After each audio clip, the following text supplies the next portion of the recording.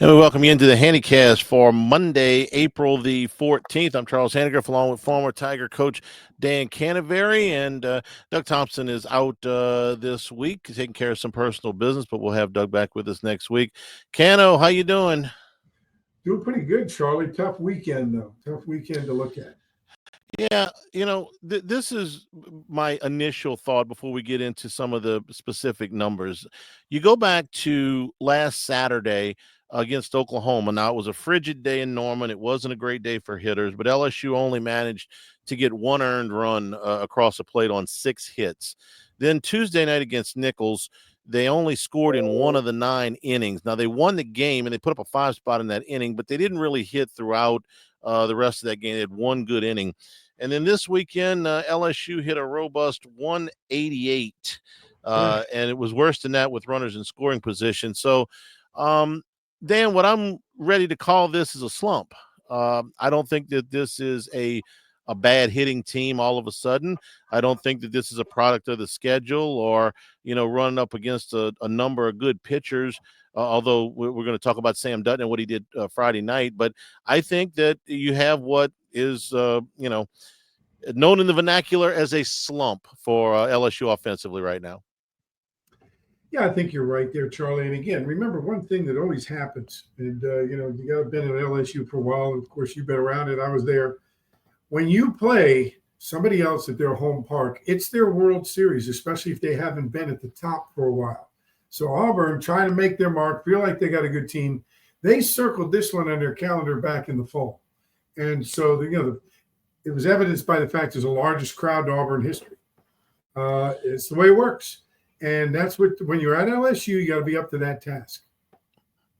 I agree with that. And I'll go a step further. I think Sam Dutton, we watched Sam Dutton here for 3 seasons, and he was a good pitcher here.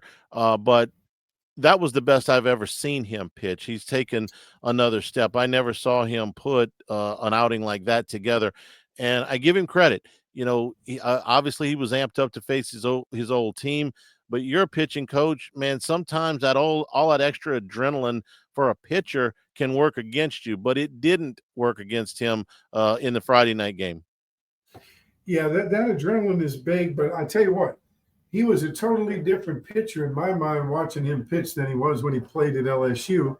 A lot of times a change in environment is a good thing. I can tell you through the years, there's a lot of guys that were great pitchers that couldn't pitch for Skip Bertman, couldn't pitch at LSU. But maybe the environment, being in that environment, the coaches connected with him a little bit more. And that's no fault of anybody. Just sometimes that connection is good. And I'm sure that Sam went to work and really worked at his game and tried to play to his strengths. And again, that extra motivation. I think the key is let's see what he does next weekend and see if it was the LSU adrenaline or if Sam Dutton has really moved into being a quality Friday night starter.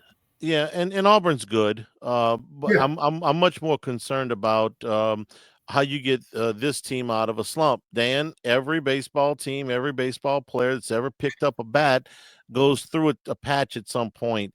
We're going to get into some of the individual plays, but the bottom line is right now for the last 5 games, they just aren't hitting. So what do you do to get out of a slump? I've heard all kinds of different things.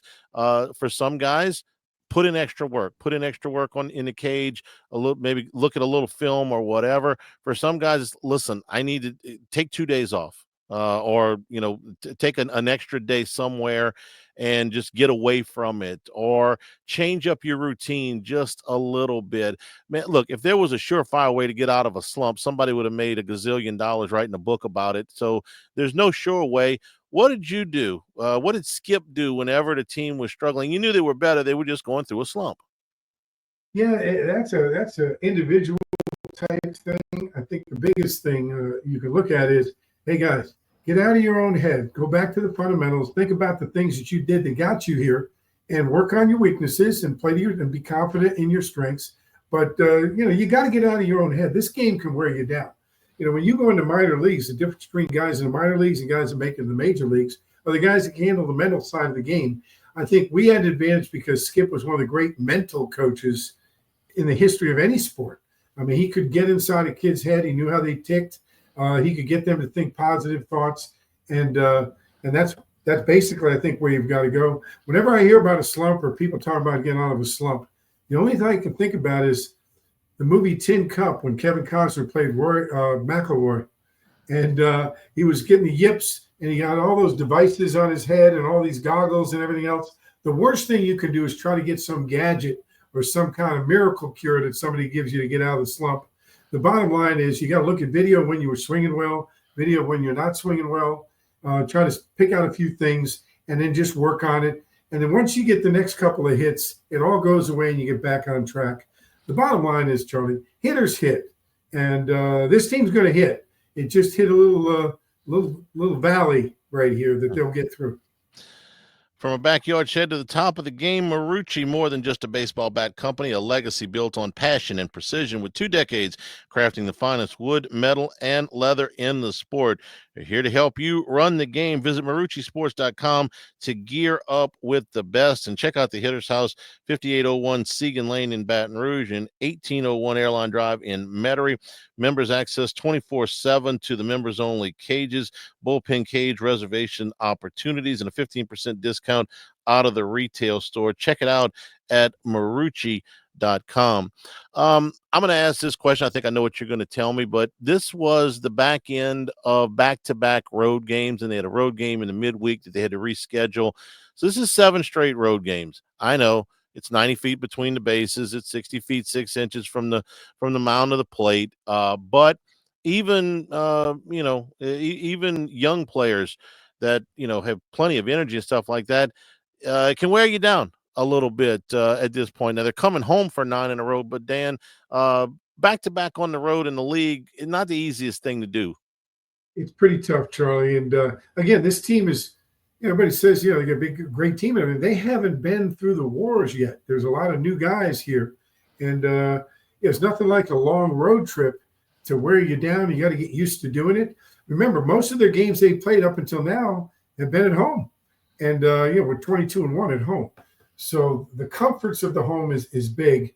But I think, this was a learning experience for them. It gets to be it drags on a little bit. You've got to get used to it. I think this is a good experience for them. Unfortunately, we had to lose some ball games, but I think we're going to be in good shape from that point on. Now, I can hear a fan out there saying, well, they went to Oklahoma and won 3. They went to Texas and won the Friday night game, and they were well on their way to winning the Saturday game, and that didn't work. So why was this different? It's just the back-to-back, coming back, turn around, back-to-back. It's difficult. People understand the travel and everything is very difficult, and of course the mindset. And I'm sure that the setting was of course Texas had some fans and everything else, but just the energy in the stands. It's springtime. I think Auburn played as good a baseball as they can play. It's just a myriad of things all coming together. I don't think it's a cause for alarm. It's just the bottom line is it's going to happen in the SEC. It happened to other teams. You're going to get swept every once in a while on the road, especially, and you just got to deal with it and move past it and understand you're in the toughest league going. You're basically playing AA to AAA baseball every weekend. Yeah, and I thought, since you brought up energy, I thought they had it at Texas. I thought they had it at Oklahoma. I didn't think they had it this weekend. I thought that there was a lot of the number of fly ball outs, easy fly ball outs. I thought there was some lack of focus in the at bats. I thought the body language wasn't great. They looked like they would probably tell you that this is no excuse, and I agree, but they looked like a tired baseball team over the weekend. Now, hey, listen, you're only halfway through the conference season, so sleep fast and get straight. But I thought that there was a lack of energy this weekend. I'm mentally tired, and again, remember they're 18 to 23 years old, most of them, right? Yeah. There comes a point in time you're rolling along, you're playing well, your pitching's doing great. The hitters, we didn't hit for a couple of times. I'm going to go out and get 2 hits tonight. Is what they're thinking when they go to the plate. They get to the ballpark. Instead of, I'm just going to have a good at-bat, take what it gives me. I want to do what we can to help the team. Sometimes these guys get into, in their own minds, some individual goals within the team setting. I'm not saying that happened, but it can happen. They'll never admit it, but it's in the back of their mind. I think sometimes they get preoccupied with the result rather than just focusing on doing what needs to be done in that particular at bat. If you're looking for anything LSU, go to Bayou Apparel's everythinglsu.com. Everythinglsu.com website made by locals and ships from Baton Rouge. Bayou Apparel with lots of things that they can do. They can help you out. They can design logos for you, eye-catching designs that put out your company's message. They do logos, event t-shirts, promotional items for your business, and everything LSU. So everythinglsu.com, or you can call 928-9090, 928-9090 here in Baton Rouge, Bayou Apparel. Let's go to Friday night's game and talk about Cade Anderson for a little bit. The concern was that there may be some after effects of the 135 pitches that he threw against Oklahoma. Dan, the stat line looks bad. 4 1/3 innings, 5 earned runs, 6 strikeouts and 1 walk. But he got knocked out of there after 85 pitches in the 5th inning. What did you see from Cade Anderson Friday night? Saw a kid that just didn't have his best game against a team that was ready and hot and playing well. I don't think the 135 pitches is a big deal. Meaning, like Doug said last week, back in his day, we didn't have really a pitch count. Cade throws a lot of fastballs. He's got a good array of breaking balls. I think the bottom line is the kid had a week and a day to rest. Okay. Yeah. Let's face it, Charlie, in 3 months, he's going to be pitching every 5th day, when he's in the minor leagues. And so I think that's a little overrated. I think the biggest thing is he is allowed to be human. We get used to Paul Skeens, but he's allowed to be human. And every once in a while, you don't have your best game. And if the other team is on fire, they're playing well, the hits are dropping. Plus, there's another thing. They got this thing called scouting reports. And nowadays, it's even easier than when we played because they've got all the video you can get on every single pitch you threw in your career. They can put it on a screen against a certain type of hitter, and they can pull it right from their computer and study it and go over with the hitters. So it's much tougher to pitch and be dominant as you move deeper and deeper into the season against quality competition. This is what I saw. I thought in the 2nd inning, there were 2 ground balls that got through the infield. Neither one of them were hit particularly hard. One of them beat the shift, in fact, and that puts 2 on. And I thought that Anderson threw a good pitch to Frelick, and I thought Frelick went down and got a low ball. It was down in the zone, and he got it out in the center field for a double. Okay, I thought it was just a really nice piece of hitting. I didn't think it was a bad pitch. In the 5th inning, there's 1 on and 1 out, and there's a sharply hit ball to Reeves at third. It wasn't the easiest play to make, but it was a play that Reeves should have made. With a runner at first and 1 out, they could have easily turned 2 there. The ball was hit hard enough to do that, but Reeves didn't make the play. Okay, makes an error. That happens. Then the next play, you get a bloop single, and you got the bases loaded. That's when he threw what I thought was the only really bad pitch of the game, where Ike Irish, who's the wrong guy to throw it to because he's Auburn's best hitter, clobbers one, 400 feet for a 3-run triple. That's when I say the line's not as bad as it looked. Okay. He gets a ground ball to third. He gets a weakly hit bloop. He ought to be in the dugout, but he's not. He's out there with the bases loaded, and now he's got that on his mind. And he's got Auburn's best hitter at the plate, and he makes a bad pitch, and Irish didn't miss it. Okay, so if he had walked 3 guys, in the inning, and Irish had hit the ball, out of the park, I think there would have. There's worse scenarios. I didn't think it was that he got clobbered all over the park the way the line score looks. I just thought there was some bad luck things, and then he made a mistake. Well, when you say bad luck, the one thing is, as a pitcher and as a pitching coach, as a head coach. Okay, you had a double play ball that didn't get done. That means you had to get 5 outs in 1 inning, and now the game's not fair, and makes the pitcher throw more innings. The one thing that wears down a pitcher more than the 135, which everybody's talking about, the total pitch count, is the number of pitches you have to throw in an inning that are high-stress pitches. So when you don't turn that double play and get off the field, now you're making the guy pitch with high stress. Every pitch is a World Series type pitch, and so it's much tougher to pitch in those conditions, but also now you get into 26, 27 pitch innings, which aren't normal. They wear a pitcher down. I thought the velocity was there. I thought the movement was there. So I don't subscribe to the 135 having done anything to this. Like I said, I just described what I thought happened to Anderson on Friday. I'm a touch concerned though that this is 2 out of 3. Dan, the stat line didn't look good here. It was an identical stat line to what he had against Mississippi State back 2 weekends ago, which I did think was a rough outing for him. I thought he struggled with his command in that one. In between that, the guy threw a shutout, a complete game shutout against Oklahoma. So I think he's fine, but this is 2 out of 3. Well, it's 2 out of 3 in the SEC. Yeah. Yeah, that's the way I look at it. Hey, like you said, the kid pitched well. If they turn a double play, the bloop single goes to the second baseman or the infielder. Yeah. They catch it. We're saying what a great outing. Kate Anderson had. He went 6 2/3 innings, and then they brought in Casey Evans, and everything was great. I mean, that's the way baseball is. A bloop single here, a ball in the gap here, an error here, and the game changes. We're brought to you by Dependable Storage with 8 locations across Louisiana and 1 in Gulfport, Mississippi. They'll match any competitor's pricing, offering convenient online rentals and payment, free use of the moving truck for new rental move-ins, and clean, secure, and conveniently located facilities. Check out the website at dependablestorage.com for locations, pricing, and rentals. Like Skip Bertman says, Dependable Storage, we want your stuff. Game number 2, I'll get into again. There were some opportunities there for them to plate some runs, and just way too many runners left on base, runners in scoring position. We've kind of talked about the hitting already, and they let Cade Fisher have his longest outing of the year. They had seen him a couple seasons ago in the Florida series, and hit him a lot better than what they did on Saturday. But I thought Anthony Iacin was good for 3 innings, and then again, Dan, this is something that looks, I think, a lot worse than it should have been. If you're reading the box score, you're going to see that he gave up 3 straight doubles.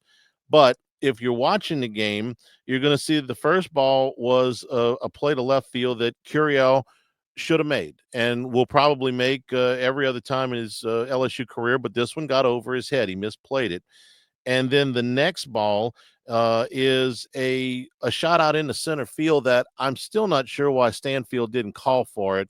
It looked like it was much more in his range. Instead, Pearson comes running from over on in right field, has a long run, and doesn't quite get to it. And so instead of, again, you could have had 2 outs. And look, LSU's defense has been stellar for most of the season, but those were 2 balls that should have been caught, and instead you got 3 straight doubles. And well, this was a 2-run ball game.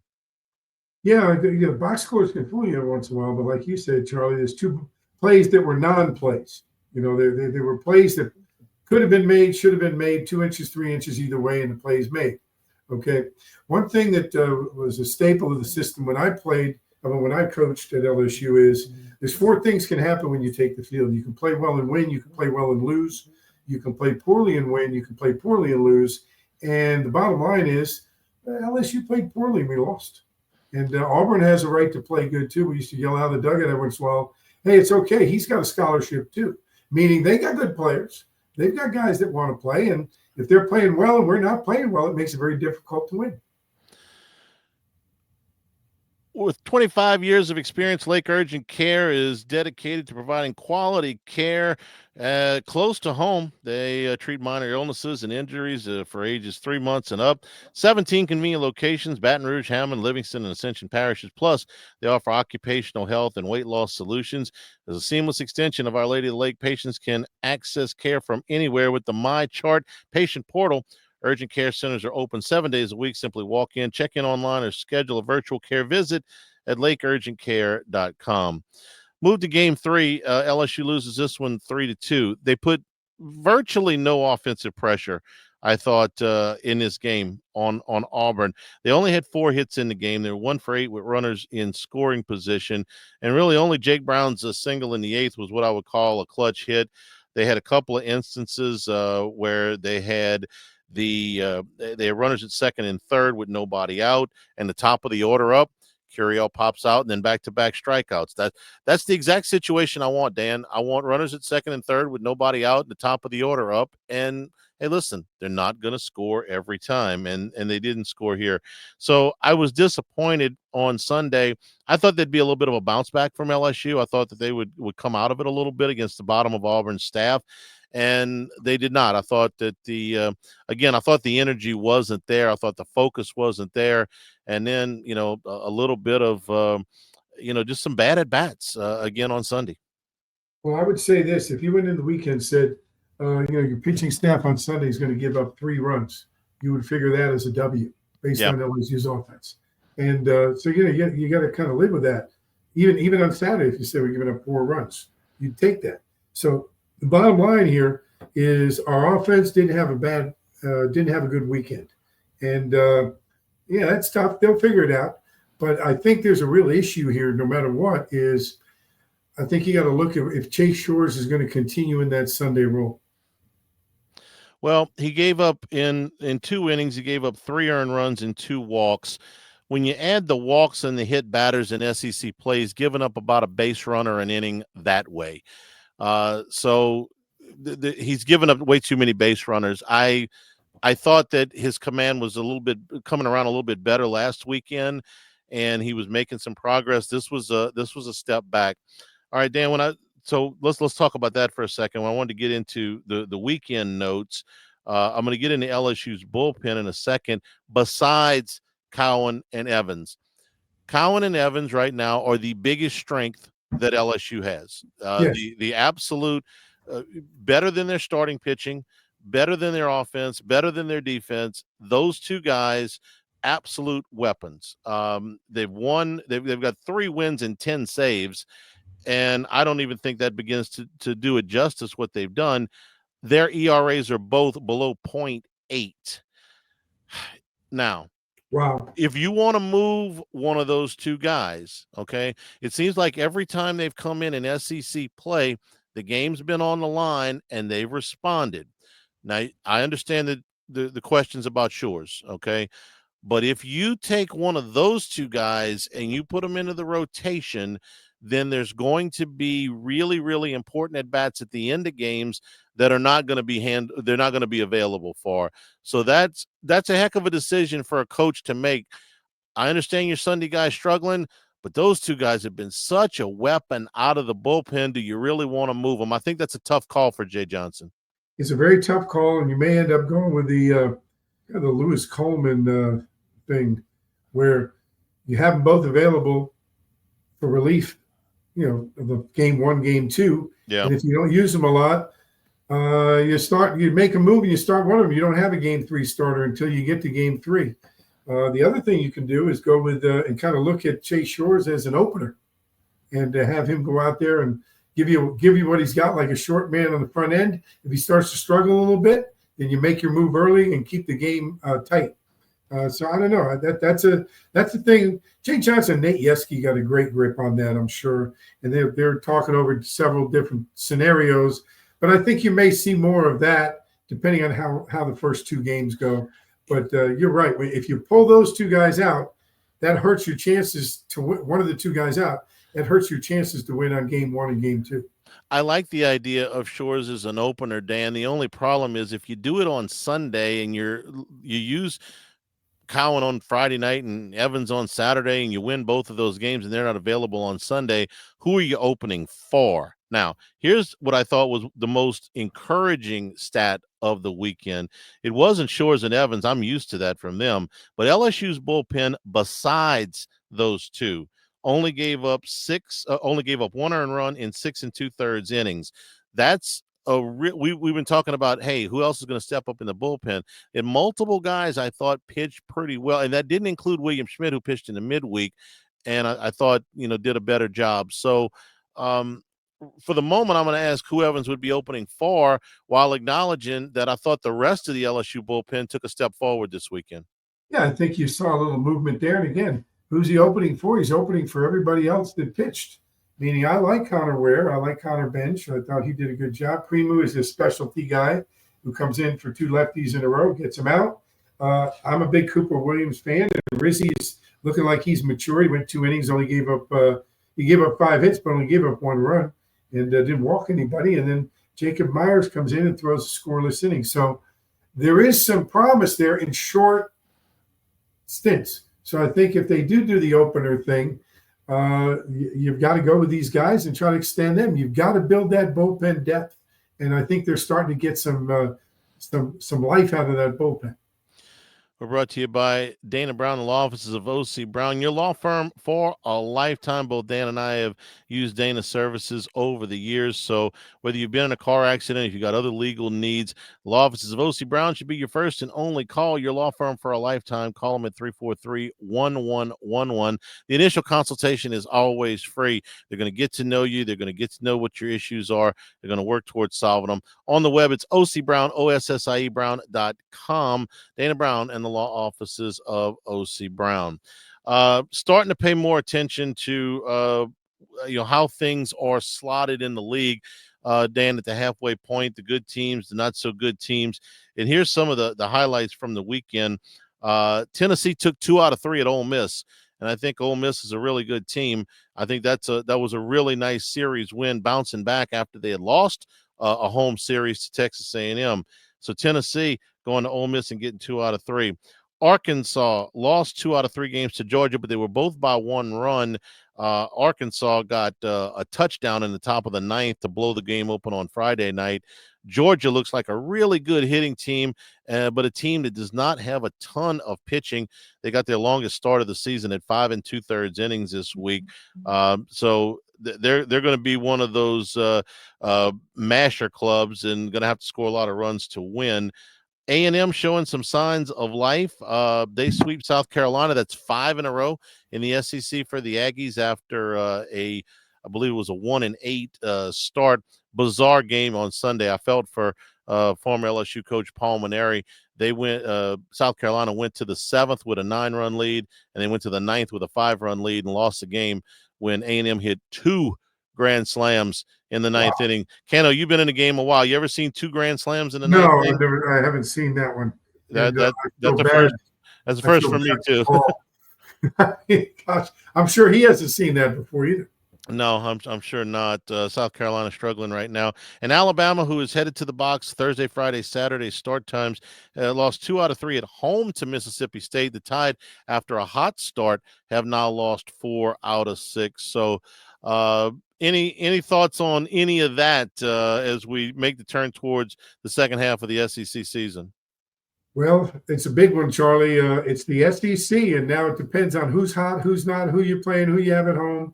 And I think the upper tier is going to really duke it out as we get there. I don't think there's going to be anyone that clearly just pulls away from the pack.